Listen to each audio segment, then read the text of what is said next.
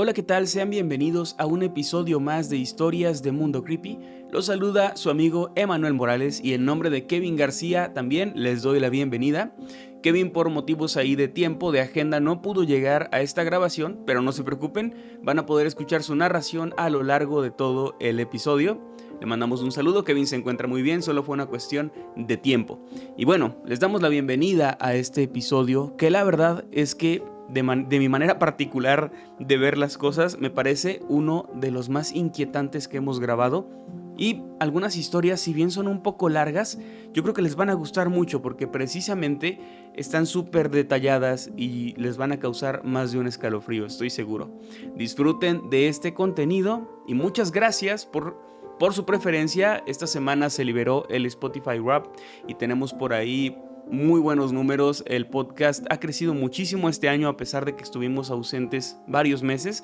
De verdad no tenemos palabras para agradecerles y estamos en el top 10, en el top 5 y en el top 1 de muchísimas personas, lo que agradecemos con todo nuestro corazón. Y bueno, no me enredo más, disfruten de las historias, bienvenidos a Historias de Mundo Creepy.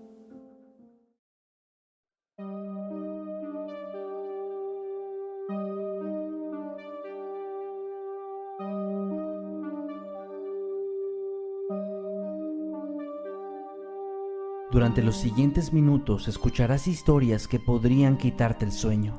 Cosas que pasan con mayor frecuencia de lo que podrías imaginar. Anécdotas vividas por personas reales, como tú, como yo. ¿Estás listo para escucharlas?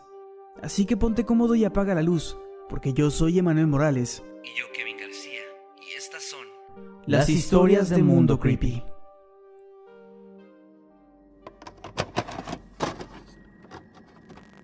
Algo se hizo pasar por mi perro, Leo. Quisiera contarles algo que me ocurrió recientemente. Vivo en Durango, cerca del bosque de Guanacebí. Hace aproximadamente 6 años, adopté junto a mi familia a un perro al que llamamos Bolly.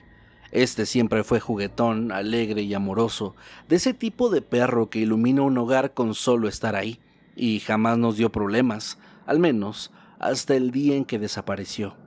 No tenemos idea de cómo ocurrió porque no había forma de que pudiera escaparse de la casa, pero aún así, un día simplemente ya no estaba. Todos lo buscamos como locos, recorrimos cada calle, preguntamos a todos los vecinos e incluso fuimos a las afueras del bosque, pero simplemente no había rastro de él. 2 semanas después, un vecino nos dijo que lo había visto entrar al bosque. Eso nos preocupó todavía más, pues allí podría desorientarse y perderse, así que continuamos buscándolo durante muchos días más, pero no hubo resultado. Pasaron 4 semanas más sin noticias, hasta que un día Bolly apareció en el porche de la casa. Se veía más delgado, sucio, pero al menos estaba vivo, y eso era lo importante. Todos estábamos muy felices por su regreso, jamás imaginamos qué es lo que vendría después. Y es que unos meses más tarde, 3 aproximadamente, Bolly comenzó a comportarse de manera extraña. Cuando alguien de la casa lo llamaba, él no reaccionaba. Era como si no reconociera su propio nombre, y además, yo noté algo en su mirada. Ya no tenía esta mirada curiosa o tierna, tenía una mirada fría, calculadora, demasiado consciente, como si entendiera las cosas de una manera humana. Al principio yo mismo pensé que estaba exagerando, pero entonces empezó a hacer cosas que ya no pude ignorar. Por las noches, Bolly se levantaba en 2 patas y se quedaba junto a la ventana inmóvil, mirando hacia la calle. De vez en cuando emitía sonidos que no eran ladridos, más bien parecían palabras mal articuladas, arrastradas y balbuceadas, como si estuviera intentando hablar. En varias ocasiones, puedo jurar que claramente lo escuché decir cosas como comer, suelo. Pero una noche escuché algo más, algo que me heló la sangre. Mi perro dijo, con una pronunciación torpe pero entendible: voy a matar a todos. A la noche siguiente yo ya no pude soportarlo. Abrí la puerta trasera mientras mi familia dormía y dejé salir a Bolly. Cuando los demás se dieron cuenta de que no estaba, pensaron que se había escapado de nuevo, pero no era así. Solo yo sabía la verdad, pues esa cosa que volvió no era mi perro. 3 semanas más pasaron hasta que una tarde lo vi sentado en el porche otra vez, pero esta vez supe en cuanto nos miramos que este sí era Bolly y lo llamé. Enseguida él empezó a ladrar, a mover la cola y a acercarse para lamerme emocionado. Lo dejé entrar mientras lo acariciaba y todo pareció volver a la normalidad. Pero esa misma noche escuché rasguños insistentes en la puerta frontal. Me asomé entonces por la ventana y ahí estaba. Era ese otro perro parado en 2 patas a mitad de la calle, mirándome fijamente. No les miento, en ese momento pensé que me estaba volviendo loco. Aterrado, empujé un sillón contra la puerta, atranqué todas las ventanas y me quedé esperando lo peor. Pero por fortuna, esa noche no pasó nada más. Sin embargo, a la mañana siguiente, cuando bajé a desayunar, me llevé un susto de muerte. Y es que el sillón que había utilizado como barricada estaba ahora en medio de la sala y encima de él estaba sentado el otro Bolly. Yo sabía que no era el verdadero porque lo había dejado dormido debajo de mi cama toda la noche. Y además, de inmediato reconocí esa mirada inquietante que había estado soportando por mucho tiempo. Corrí al cuarto de mis padres para preguntarles por qué lo habían dejado entrar, pero ellos solamente me regañaron por bloquear la puerta y por haber dejado a nuestro perro afuera. Ahí fue donde no pude callarme más y les conté todo lo que había visto y vivido. Y les expliqué que ese perro en la sala no era Bolly, que el verdadero estaba en mi cuarto. Ellos no me creyeron hasta que subieron conmigo y lo vieron ahí, escondido y temblando. Yo intenté sacarlo, pero él lloriqueaba y se resistía, así que decidimos dejarlo tranquilo.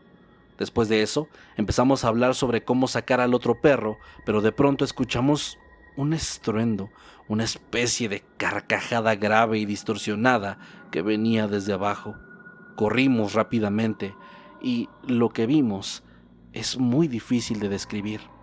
Ese perro estaba de pie sobre sus 2 patas y en su hocico se formaba una especie de sonrisa exagerada, con los músculos de la boca estirados al límite. Mi padre no dudó ni un segundo, le dio una patada y entre los dos lo expulsamos a golpes hasta que se alejó de la casa. Nunca nos dejó de mirar. Ni siquiera parpadeaba, simplemente iba retrocediendo lentamente hacia el bosque. Desde entonces, no hemos vuelto a ver a ese otro Bolly, y desde el fondo de mi corazón, solo espero que esto se mantenga así para siempre. Mi mamá vio a la ciguanaba. Historia enviada por Mimi. Les envío un abrazo enorme desde El Salvador. Soy gran fan de su contenido. La historia que voy a compartirles es uno de esos relatos que se han contado en mi familia durante años. Mi madre me lo contó por primera vez cuando yo tenía alrededor de 10 años, y es una experiencia que ella vivió cuando apenas era una niña, durante una Semana Santa. En esa época, la zona en la que vivíamos no estaba tan urbanizada como ahora. Prácticamente todo el terreno consistía en ser un enorme cafetal. La casa en donde vivía mi mamá y su familia estaba al final de un camino de tierra, justo donde terminaban las viviendas y comenzaba dicho cafetal.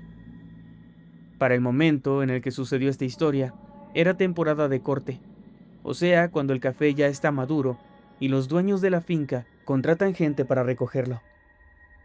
Cuenta mi mamá que mis abuelos eran muy estrictos con los niños de la familia, a quienes les decían que no debían estar en el cafetal alrededor del mediodía, especialmente en días de Semana Santa, ya que a esa hora y en esa época del año los espíritus andaban rondando. Sin embargo, como suele pasar, mi madre y sus hermanos, siendo solo unos niños, no prestaron atención a esas advertencias. Esa vez, mi mamá fue al cafetal junto a 3 de sus hermanas, su hermano, una prima y una amiga, y todos llevaban mochilas para recoger el café maduro que quedaba tirado en el suelo, ya que algunas personas también pagaban por ese.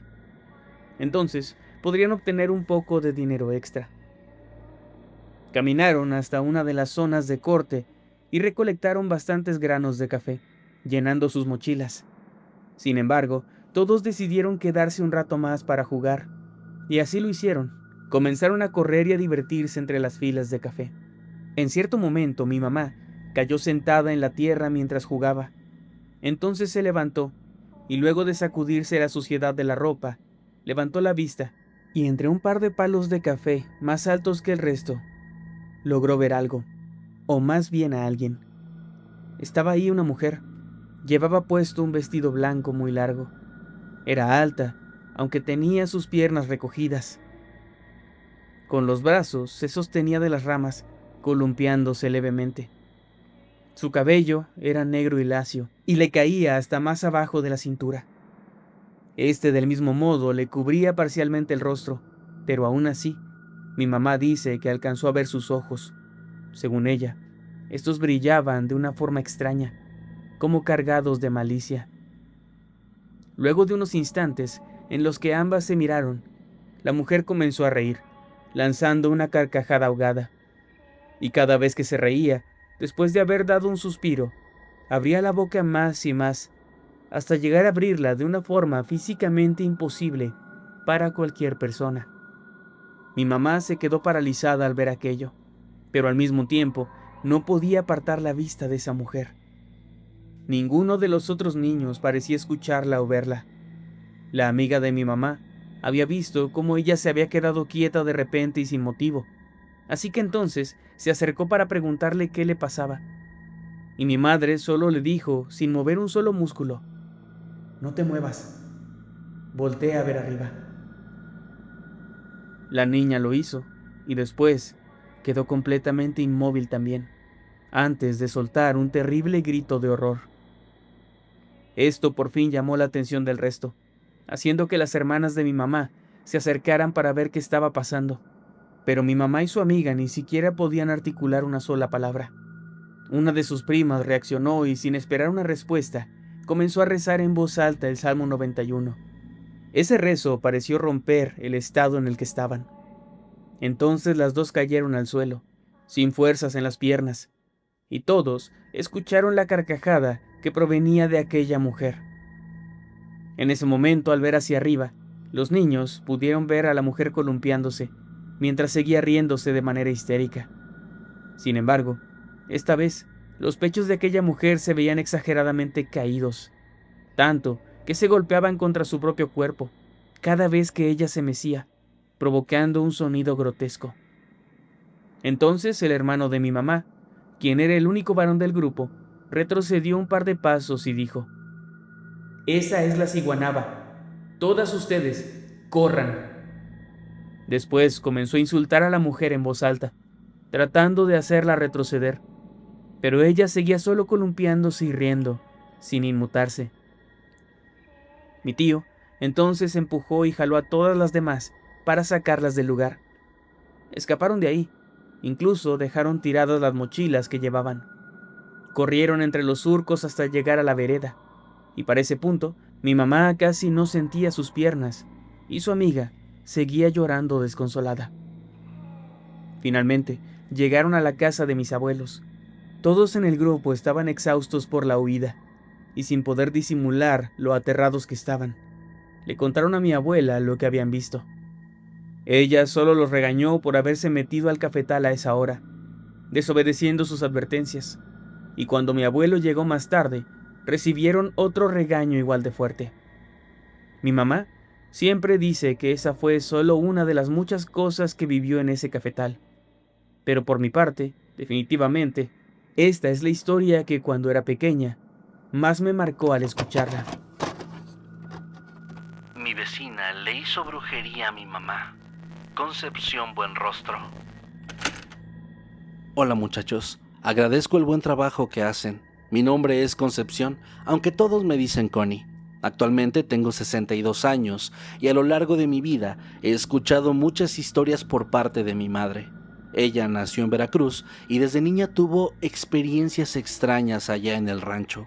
Desde interactuar con un duende mientras jugaba a las escondidas, hasta, ya siendo adulta, haber visto el espectro de una mujer de blanco flotando encima de un río. Pero ninguna de esas historias se compara con lo que vivimos cuando una vecina intentó hacerle daño. Para entonces yo era adolescente y vivía con mi madre y una de mis hermanas. Mi mamá estaba muy enferma. La altura de la Ciudad de México siempre le había afectado, pero esa vez su estado se volvió crítico. Tenía problemas graves en varios órganos internos, específicamente en el corazón, el vaso y el hígado, y cada día se debilitaba más. Paralelamente estaba nuestra vecina, Margarita, quien tenía una hija muy linda, pero con poca suerte con los muchachos y en el amor. Para ayudarla, mi hermana y yo la invitábamos a reuniones con nuestras amistades, pero esta muchacha jamás terminó de encajar y al final dejó de asistir. Desde entonces, la actitud de doña Margarita cambió. Ya no saludaba igual, parecía guardar algún resentimiento contra nosotras, y supusimos que pensaba que nosotras habíamos tratado mal a su hija o que la habíamos humillado, aunque esa jamás fue nuestra intención. El punto es que un día, sabiendo que mi madre estaba enferma, esta mujer llegó a nuestra casa y nos dio un listón rojo. Nos dijo que teníamos que amarrárselo a mi mamá alrededor de la cintura y dejarlo ahí por varios meses, asegurando que esto la iba a ayudar a recuperar salud y fuerzas. La verdad es que mi hermana y yo estábamos desesperadas por aliviar el sufrimiento de mamá, así que hicimos lo que nos pidió sin dudar. Pero desde el momento en que le pusimos el listón, ella empezó a empeorar muy rápido. Cada día tenía menos fuerza y se sentía muy mal. Para noviembre casi no podía sostenerse en pie y para diciembre su deterioro era tan evidente que ya ni siquiera sabíamos qué hacer. Fue entonces cuando mi hermana, hablando con una amiga sobre el estado de nuestra madre, mencionó esto del listón rojo. Y al escuchar esto, su amiga se espantó y le dijo que se lo quitara inmediatamente, pues ese listón no era para sanarla, sino todo lo contrario. Según ella, su propósito era hacer que mamá falleciera pronto. Le indicó que debíamos reemplazarlo por uno blanco y hacer ciertos rituales con agua y flores para revertirlo. Nosotras le creímos sin pensarlo, y es aquí donde entra un detalle que no mencioné antes. Cuando mi mamá enfermó, comenzaron a aparecerle unas mordidas en los brazos. Estas eran claramente humanas y eran marcas profundas, pero tenían un detalle particular. En el patrón de la mordida faltaba siempre un diente, y doña Margarita, precisamente, tenía un diente faltante en ese mismo sitio. Con esto, el resentimiento que nos guardaba, el repentino deterioro de mamá, el listón y las marcas, ya no nos quedó ninguna duda. Nuestra vecina le estaba haciendo brujería. Mi hermana no quiso decírselo a mamá para no alterar su estado, así que solo le dijo que el tiempo del listón rojo ya se había acabado y que ahora tenía que llevar uno blanco. Además de este cambio de listones, la amiga de mi hermana dijo que debíamos quemar el rojo, y esa tarea me tocó a mí, y lo que ocurrió fue extraño, por decirlo menos. Primero, el listón no se quería prender en fuego. Yo le acerqué el encendedor y este solo humeaba, como si estuviera mojado. Entonces le puse alcohol, pero aún así tardó muchísimo en encenderse. Cuando finalmente lo hizo, comenzó a retorcerse como si fuera una especie de víbora quemándose, y el olor que desprendió fue tan fétido y nauseabundo que tuvimos que abrir todas las ventanas del lugar. Olía realmente a cloaca, a algo muerto, y de hecho tardó más de media hora en consumirse por completo. Después de eso, hicimos todo lo que la amiga nos indicó. Enviamos a mamá a Veracruz para que se recuperara y finalmente ella mejoró.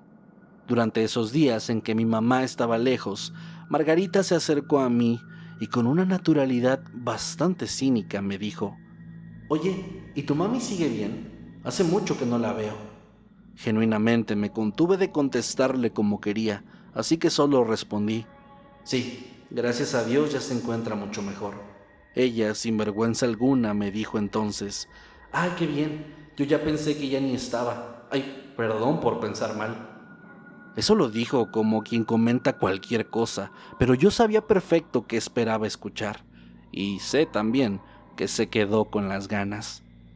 Tiempo después, un día, su propio hermano la sacó de su casa, despojándola de la mayoría de sus cosas y dejando el resto tirado en la calle. Realmente nunca supimos qué pasó y tampoco preguntamos. Ella desapareció entonces del vecindario y nunca volvimos a verla. Y así fue como todo terminó. Mi mamá se salvó poco a poco y esta mujer que quiso dañarla pagó, más temprano que tarde, todo lo que le intentó hacer. Mi suegra no estaba descansando en paz. El remitente original de esta historia no pidió anonimato, pero debido a los sucesos que ocurren en ella, decidimos dejarlo así. Hola, Kevin y Emanuel. Les mando un saludo desde Bogotá, Colombia. Quiero compartirles algo que me ocurrió hace varios años. Mi bebé nació muy prematuro, antes de las 28 semanas de gestación, y debido a las complicaciones propias de esa condición, tuvo que pasar largas temporadas hospitalizado, mientras yo permanecía todo el tiempo con él y mi esposo nos llevaba comida y ropa limpia. Una mañana, mi esposo me llamó por teléfono y me dio una noticia horrible. Y es que alguien había entrado a nuestra casa durante la noche y había atacado brutalmente a mi suegra. Ella vivía con nosotros y como consecuencia de múltiples derrames cerebrales, desarrolló muchas afecciones. Debido a estas, ella apenas podía emitir balbuceos para comunicarse y tenía paralizado el lado izquierdo de su cuerpo. Sin embargo, podía caminar, ayudándose de un bastón. El agresor entró por una ventana del frente, justo donde ella dormía, y la golpeó con tanta fuerza en la cabeza que quedó inconsciente e indefensa, mientras el delincuente robó todo lo que pudo, ya que no había nadie más en casa, y mi esposo se encontraba trabajando en el turno nocturno. Del mismo modo, ningún vecino se dio cuenta de lo que había pasado, hasta muy temprano en la mañana, cuando fue llevada al hospital, pero dado sus condiciones médicas previas, su corazón no resistió y terminó falleciendo pocos días después. Para ese momento ya habían dado de alta a mi bebé, y pude volver a casa con él. Lamentablemente, no pude asistir al velorio de mi suegra, ya que mi hijo estaba saliendo apenas del hospital luego de varias cirugías, y no era conveniente llevarlo a un lugar con muchas personas. Por eso nos quedamos solos en casa. Tengo que mencionar que desde niña siempre fui muy sensible al ver y percibir presencias, y ese día sentí algo. Mientras alimentaba a mi bebé, comencé a escuchar pasos en distintos puntos de la casa, mismos que parecían tener mayor énfasis en el cuarto que había sido de mi suegra. Escuché también claramente el golpeteo que hacía su bastón cuando golpeaba contra el piso. No sentí temor en ningún momento, pues tenía claro que ella amaba a su familia y lo demostró siempre que pudo mientras estaba viva. Así que opté por creer que simplemente estaba despidiéndose de mí y de su nieto, a quien nunca llegó a conocer. Por lo que me acerqué a su habitación y con cariño agradecí su visita y recé por ella. Con todo aquello pensé que había terminado, pero estaba equivocada, pues en cierta noche mi bebé dormía tranquilo en su cama, justo al lado de la mía, y de repente comenzó a llorar. Sin embargo, ese llanto era desgarrador y completamente desesperado. Así que fui a verlo a su cuna, y ahí noté que seguía dormido mientras sollozaba de forma desconsolada. Al verlo así, lo sostuve en mis brazos y empecé a consolarlo. Pensaba que tal vez había sido solo un gas, como suele ocurrir con los bebés. Pero a la noche siguiente ocurrió lo mismo, y a la siguiente también. Noche tras noche comenzó a ocurrir, y al llevarlo al pediatra, se concluyó que mi bebé tenía un padecimiento, un trastorno del sueño, que lo hacía llorar como si estuviera teniendo la peor de las pesadillas. Entonces decidí bautizarlo, pero nada cambió. Todas las noches eran lo mismo. Me dispuse a celebrar una misa en nombre de mi suegra, pues tenía el presentimiento de que algo no estaba bien con ella, que quizás su presencia no estaba en calma, y que eso era lo que estaba afectando también a mi hijo. En la noche, tras realizar la misa en memoria de ella, yo me encontraba con un cúmulo de sentimientos. Me sentía completamente agotada, debido a las noches en vela que pasé. También estaba triste y asustada por lo que le pasaba a mi bebé. Pero de igual manera, me sentía molesta con toda esa situación. Así que antes de dormir, me quedé de pie en mi cuarto y dije en voz alta hacia la oscuridad: por favor, no molestes más a mi bebé. Sé que lo amaste mucho y que también fuiste madre. Nosotros te amamos. Voy a cuidarlo bien. Tú puedes cuidarlo desde allá. Después de eso, todo terminó. Mi hijo dejó de llorar por las noches y en la casa comenzó a sentirse una paz y una calidez muy difíciles de explicar. La verdad, no sé bien qué fue lo que pasó. Supongo que debido a la forma tan violenta y terrible en que mi suegra dejó este mundo, tal vez su espíritu conservó algún tipo de sentimiento negativo generalizado, el cual comenzó a afectar a mi bebé en sus sueños, aunque esto no deja de ser solo una suposición mía. Sea como sea, luego de esa noche, sentí muy dentro de mí que mi suegra por fin había podido descansar en paz. Acompañé a mi hermano a vender a su hijo. Anónimo. Les envío saludos y mucho cariño desde Chile, tanto a ustedes como a todos los habitantes de esta hermosa comunidad. Quiero compartirles una historia que me contó mi abuelo un par de años antes de fallecer. Él siempre fue un hombre de carácter fuerte, serio y reservado. Nunca hablaba de más, ni permitía mostrar ninguna debilidad.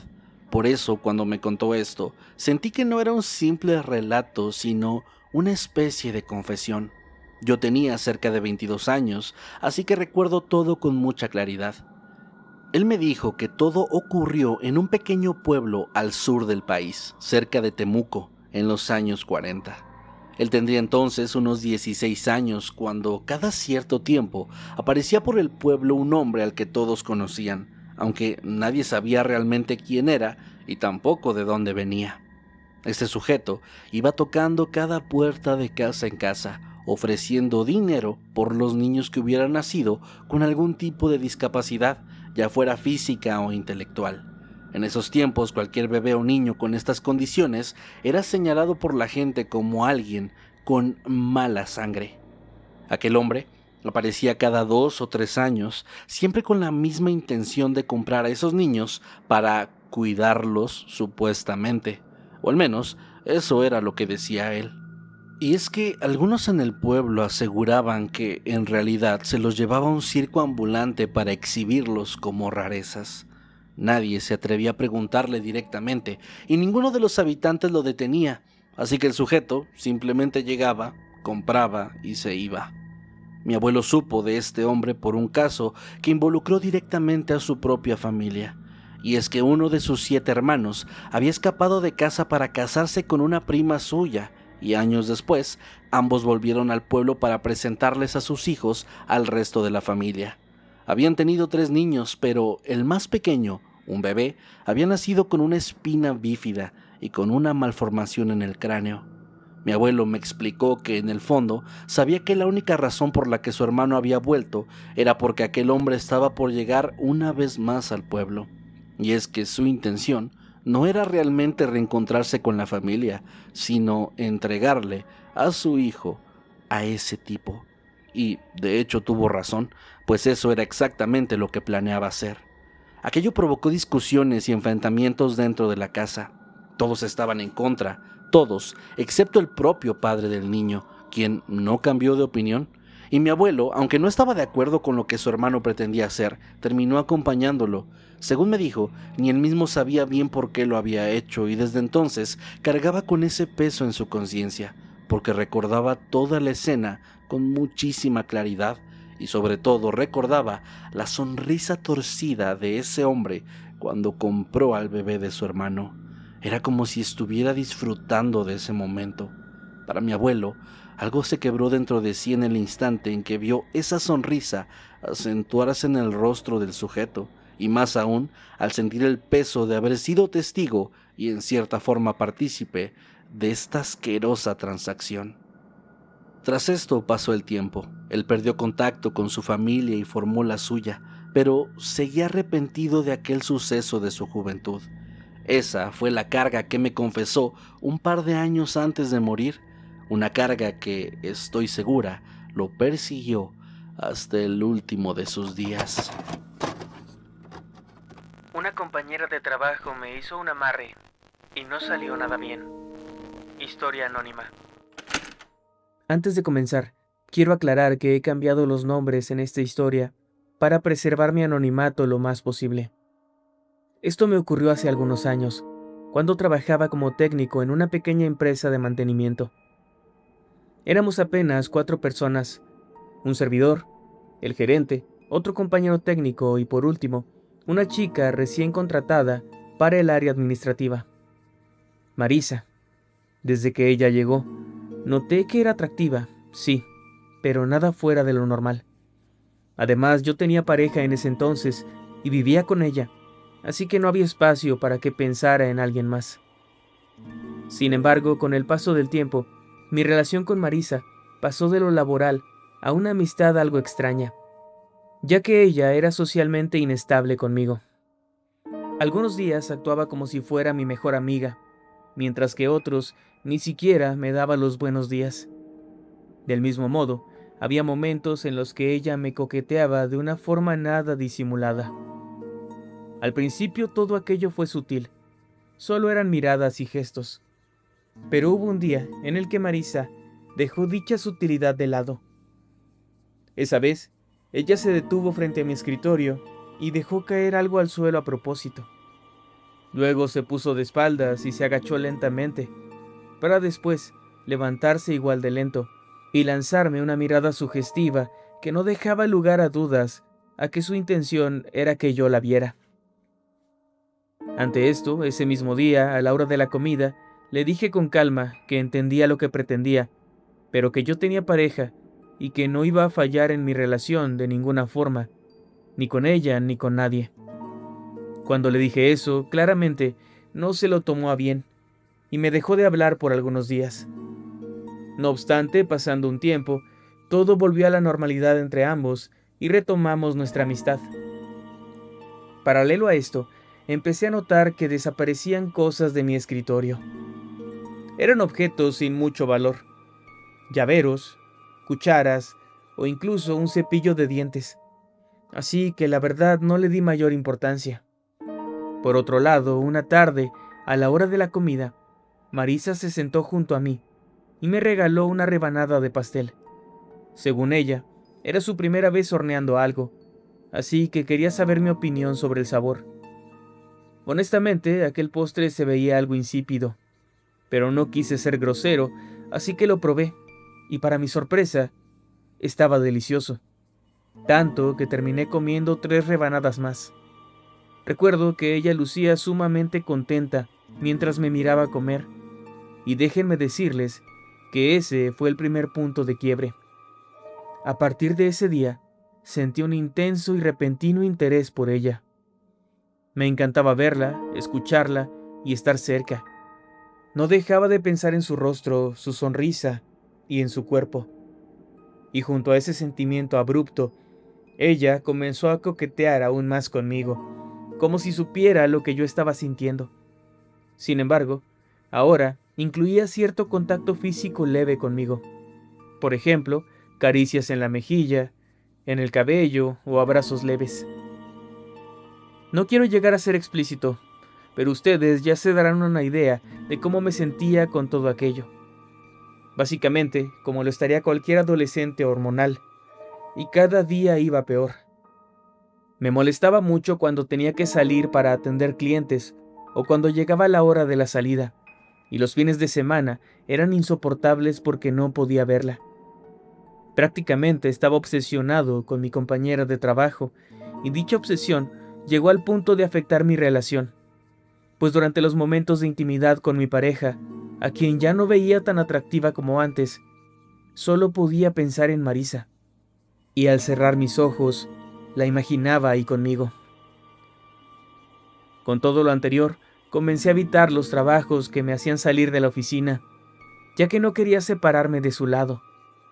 Debido a esto, el otro técnico terminó renunciando, pues tuvo que tomar esa carga de trabajo que me correspondía a mí. Así que el equipo tuvo que encontrar un reemplazo, y mientras lo hacíamos, Marisa retomó esa actitud contradictoria, siendo fría y cortante conmigo, para luego volver a ser coqueta y provocativa. Para mí todo era muy frustrante, porque esa distancia que ella imponía me ayudaba momentáneamente a no perder la cabeza, solo para luego volver a ser tentado por mis deseos.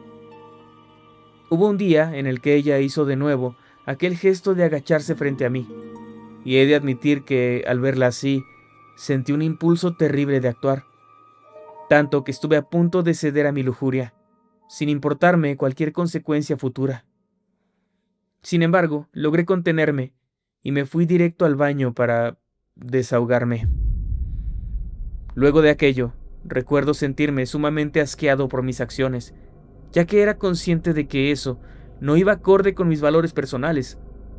Eso no era yo, francamente. Fue horrible ni siquiera poder reconocerme. Unos días después llegó un nuevo compañero, Ever. Ambos hicimos una buena amistad rápidamente, y por supuesto, él notó mi intenso interés en Marisa. Sin embargo, no emitió opinión alguna, hasta un día en el que fuimos a trabajar juntos a una ciudad lejana, a casa de una cliente, y entonces presencié algo que iba más allá de mi comprensión. La señora de la casa a la que fuimos nos atendió, pero se le notaba una mirada algo apagada y melancólica. Yo no hice mucho hincapié en eso, pero de repente Ever se acercó a mí para decirme que sentía algo extraño en esa casa, y posteriormente se dirigió hacia la señora para decirle: «Es su hijo, ¿verdad?». Me quedé desconcertado cuando dijo eso. Sin embargo, luego vi cómo la señora rompía en llanto, mientras Ever trataba de consolarla. Una vez que se tranquilizó un poco, la señora se desahogó contándonos acerca de su hijo, quien había muerto recientemente en un trágico accidente. Entonces mi compañero le dijo que no se debía preocupar, ya que con certeza podía confirmar que su hijo se encontraba bien y que la cuidaba, aunque ella no pudiera verlo. Finalmente, la señora logró calmarse por completo y nosotros seguimos con nuestro trabajo. Ya en el camino de regreso, y después de insistirle por un buen rato, Ever accedió a explicarme lo que había pasado, y me confesó que toda su vida había tenido ciertas habilidades espirituales que le permitían ver, sentir y trabajar con cosas que los demás no perciben. Al escucharlo, y siendo un escéptico sobre todos esos temas, simplemente me burlé de él, y lo molesté con eso durante días enteros, hasta que, en mi obsesión por Marisa, le pregunté si sabía hacer amarres, a lo que él me respondió afirmativamente, y sin que yo añadiera nada más me dijo: «Es por ella, ¿no? Siendo así, solo tráeme una foto suya». Lo hice. Al dársela, él solo la tomó sin mediar palabras. No obstante, al día siguiente, Ever llegó con un rostro serio, hasta podría decir que preocupado, y me pidió que condujera fuera de la ciudad, simulando que teníamos un trabajo que hacer juntos. Al verlo tan serio, opté por hacerle caso, y en el trayecto finalmente me dijo: «Intenté hacer el amarre que me pediste, pero tú ya tienes uno. Marisa te lo hizo». Quedé impactado con sus palabras. Luego de eso, comenzó a hacerme una serie de preguntas. ¿Has perdido alguna de tus pertenencias recientemente? ¿Has comido algo hecho por ella? ¿Te empezó a gustar drásticamente de un día para otro? Entre otros cuestionamientos que iban por esa línea. Yo a todo respondí que sí. Al entender todo aquello, sentí una mezcla de rabia y miedo contra Marisa, y le pregunté a Ever cómo podía quitarme eso, y él me contestó que solo había una forma: hacer rebotar el trabajo, es decir, devolver aquella obsesión que sentía por Marisa. Para esto, debía seducirla hasta tal punto que ella se sintiera de la misma forma en la que yo me sentía por ella, para luego dejarla así en ese estado, pues según me explicó Ever, dicha obsesión pasaría a ser problema de ella y yo quedaría libre. Pasé días pensando en cómo hacerlo, y un viernes, en el que el gerente no había llegado, le pedí a Ever que nos dejara solos. Entonces llevé a Marisa al comedor y me le acerqué, tomándola por la cintura y diciéndole al oído cuánto la quería y deseaba, que estaba dispuesto a todo por ella. Posteriormente, la invité a una velada romántica al día siguiente, que era domingo. Le describí con lujo de detalle todo lo que tenía planeado que hiciéramos ese día. Fui lo más explícito que pude, y ella estuvo de acuerdo, al grado de que me rogó que lo que sea que tenía en mente pasara ahí mismo. Para mi fortuna, logré convencerla de esperar hasta el día siguiente.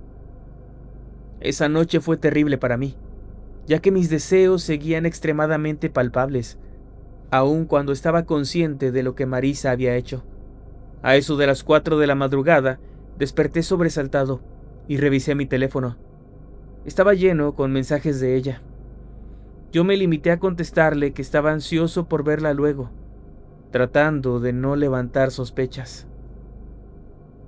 Después apagué mi celular y me fui a bañar. A las 8 de la mañana, mi novia salió de trabajar y el impulso que sentía de ir a ver a Marisa era casi insoportable. Era como si necesitara urgentemente estar con ella, como si fuera una necesidad fisiológica, como comer o dormir. Sin embargo, logré resistir. No encendí mi teléfono hasta la noche, y vi que había cientos de mensajes y llamadas de su parte. Ignoré todo eso y volví a apagarlo. Ese día sentí que algo dentro de mí se rompió, se liberó. Cuando mi novia volvió a casa, la vi tan hermosa y única como siempre, y por primera vez en semanas, volví a sentir paz. El lunes llegué temprano a la oficina, esperando reproches, gritos o hasta una escena. Pero Marisa solo entró rápido, sin mirarme y sin interactuar conmigo para nada. Siguió así durante semanas, y luego intentó seducirme otra vez, pero ya no despertaba nada en mí. Tiempo después, llegó diciéndome que estaba embarazada y que yo era el padre, lo cual era absurdo por obvias razones. Lo extraño fue su vientre. Realmente comenzó a crecer a medida que pasaban las semanas y los meses, por lo que asumí que estaba embarazada de alguien más. Pero de vez en cuando, ella venía a preguntarme por qué iba a medianoche a su cuarto. O en cambio, se acercaba a describirme encuentros entre los dos que jamás ocurrieron. Para ese punto, ya no sabía si estaba mintiendo para molestarme o si acaso había algo mal en su cabeza. Finalmente, un día ella no llegó a la oficina y fue su padre quien apareció para justificar su ausencia con el gerente, ya que, según entendí en un primer momento, habían internado a Marisa en el hospital. Luego de una larga charla, el señor salió de la oficina, no sin antes acercarse a mí y decirme que tanto él como la madre de Marisa sabían de la obsesión que ella tenía conmigo y que intentaron detenerla muchas veces, pero no tuvieron éxito. Después de eso, se disculpó por todas las molestias que su hija me había causado y se marchó. Horas después, el gerente nos reunió en el comedor, a Ever y a mí, y nos explicó con lujo de detalle lo que el señor le había contado. Resulta que después de que dejé plantada a Marisa, las noches de sus pobres padres se convirtieron en un auténtico tormento, debido a que escuchaban a su hija gritar y gemir desde su habitación, junto a alguien más haciendo ya saben qué, y lo que Marisa parecía exclamar a todo pulmón era mi nombre. Entonces, como era de esperar, una noche el padre de Marisa, cansado e incómodo por esta situación, entró a la habitación de su hija para confrontarla, a ella y a su acompañante nocturno, por hacer todo ese escándalo sin pudor alguno de que los estuvieran escuchando. Pero al entrar, él vio a Marisa completamente sola, dentro de las sábanas, con los ojos cerrados como si estuviera dormida o sonámbula, creyendo estar en un momento íntimo con alguien más. Sin embargo, aparte de los sonidos que hacía su hija, el señor aún podía escuchar en la habitación otra voz masculina en el acto, y del mismo modo, en el cuerpo de Marisa había señas como si alguien invisible estuviera ahí con ella. En sus brazos se marcaban los dedos de unas manos que la sujetaban firmemente, mientras que parecía que su cabello era jalado por algo que no podía verse. Al ver esa escena tan perturbadora, su padre no hizo más que salir corriendo de la habitación hacia el baño, para luego vomitar. Después de aquello, regresó a la habitación donde estaba su esposa, sin mencionarle nada de lo que había visto. La noche siguiente, los gritos de su hija cambiaron y se volvieron unos alaridos de dolor. Entonces su madre y su padre pensaron que estaba en labor de parto, así que la llevaron a urgencias rápidamente. Y después de horas de espera, al ver que un doctor salía de la sala de partos, se acercaron a él para preguntarle sobre el estado de salud de Marisa y el bebé, a lo que el médico les contestó que no había ningún bebé. Según les explicaron, lo que Marisa había sufrido se trató de un embarazo psicológico, particularmente extremo, pues su cuerpo había reaccionado de una forma sumamente intensa a la idea de estar embarazada. Tanto así que pasó por todos los procesos de un embarazo real en un tiempo récord: vientre inflamado, dolores, contracciones, etc. Aunado a esto, y durante la labor de parto, Marisa había afirmado haber visto al supuesto padre del hijo entrar al cuarto y quedarse junto a ella. A grandes rasgos, esto es lo más importante de lo que el gerente nos dijo que le había dicho el padre de Marisa. Ahora bien, me surgen varias dudas, ya que nada sobre ese embarazo psicológico explica lo que atestiguó su padre en aquella habitación, quien vio personalmente a su hija ultrajada por algo invisible. Y por otro lado, viene a mi mente la incertidumbre de saber a quién vio Marisa en el hospital a su lado, ya que ella solo dijo que era el padre de su hijo. No sé si tuvo una alucinación conmigo, o si es que vio a otra persona o a otra cosa junto a ella.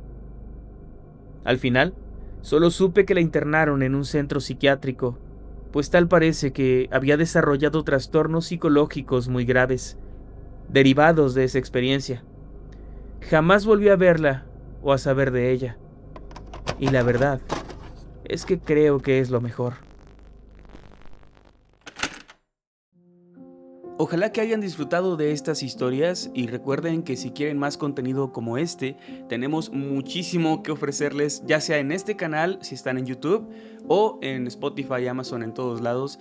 También estamos como Mundo Creepy, nuestro contenido principal, digamos. También está Noctámbulos Podcast, esto que es historias de Mundo Creepy, y Creepypastas de Mundo Creepy, donde escribimos historias de ficción bastante aterradoras. Así que hay mucho contenido. Si es la primera vez que ves esto, te invitamos también a que consumas todo lo demás que tenemos para ti, que está increíble y nos gusta muchísimo hacerlo.